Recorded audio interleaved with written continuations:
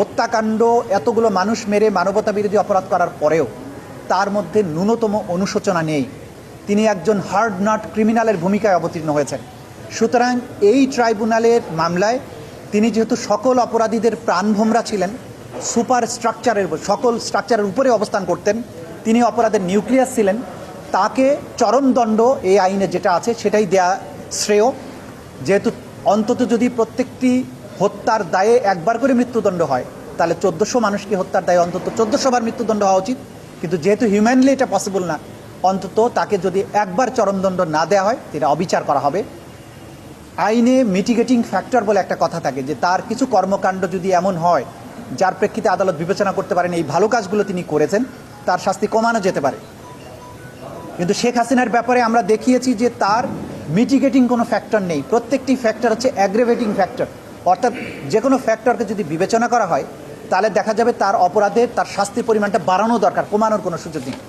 সুতরাং তার ব্যাপারে আমরা বলেছি যে তাকে চরম শাস্তি দেয়াটা উচিত এই আইনের এই বিচারের মধ্যে। দ্বিতীয় আসামি আসাদুজ্জামান খান কামাল, তিনি গ্যাং অফ 4-এর সদস্য ছিলেন। তার বাসায় বসে এই হত্যাকাণ্ডের পরিকল্পনা করা হয়েছে, ড্রোন মোতায়েনের সিদ্ধান্ত হয়েছে, হেলিকপ্টার মোতায়েনের সিদ্ধান্ত হয়েছে, এবং তিনি নিজে গ্রাউন্ডে গিয়ে গিয়ে দেখেছেন সঠিকভাবে হত্যা করা হচ্ছে কিনা। তাকে ভিডিও দেখানো হয়েছে। তিনি বলেছেন যে গুলি করি, তাকে যখন বলা হয়েছে যে গুলি করি, একটা মরে একটাই যায়, বাকিটি যায় না স্যার। অর্থাৎ তিনি জানতেন যে গুলি করে মানুষ মারা হচ্ছে, এবং সেই মারার বিষয়টা ভিডিওতে দেখানোর পরে তিনি তাদেরকে আরও ফার্দার কীভাবে মারা যায় সেভাবে ডাইরেকশন দিয়েছেন। তাদেরকে শাস্তি দেওয়ার, তাদের প্রতিরোধ করার কোনো ব্যবস্থা করেননি। এর বাইরে তিনি সাংবাদিক সম্মেলন করে শিশুদেরকে যখন মারা হচ্ছে, 233 জন শিশু মারার বর্ণনা আছে, সাংবাদিকরা প্রশ্ন করেছেন, তখন তিনি বলেছেন এরা শিশু না, এদের বয়স বেশি হয়ে গেছে। অর্থাৎ হত্যাকাণ্ডকে তিনি জাস্টিফাই করেছেন। শিশু হত্যা তো আছেই, হত্যাকাণ্ডগুলোকেই তিনি জাস্টিফাই করেছেন। তার ব্যাপারেও কোনো রকমের অনুকম্পা দেখানোর সুযোগ নেই।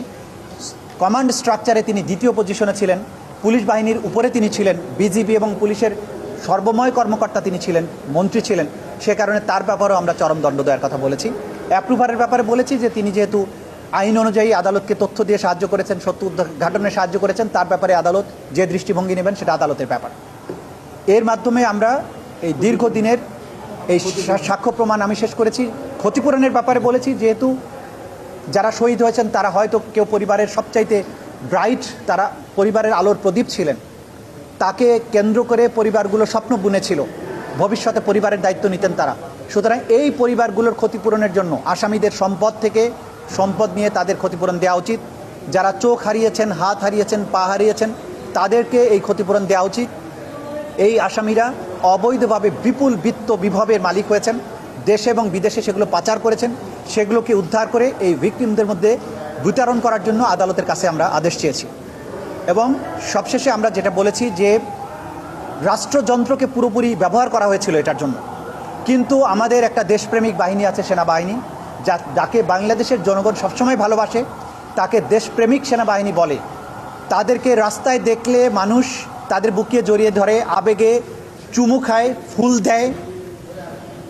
তারা কিন্তু মাঝখানে ঢাল হয়ে দাঁড়িয়েছিলেন যখন পুলিশ নির্বিচারে মানুষ মারছে।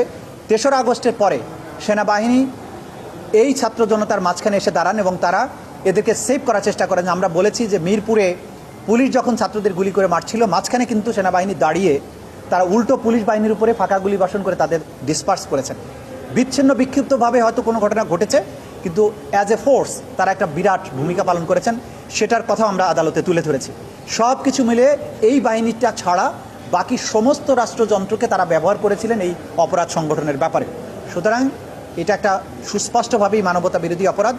এর চরম দণ্ড নিশ্চিত করার মাধ্যমে ভবিষ্যতে বাংলাদেশে এই ধরনের কোনো হত্যাকাণ্ডের সুযোগ যাতে আর তৈরি না হয়, কোনো স্বৈরশাসক ভবিষ্যতে আর কখনো নিজের জনগণকে, সিভিলিয়ানদেরকে হত্যা করার দুঃসাহস না দেখায়, সেইটা করার জন্য এই বিচার যাতে ভূমিকা পালন করে, এই রায় যাতে ভূমিকা পালন করে, সেটা আমরা আদালতের কাছে প্রেয়ার করেছি।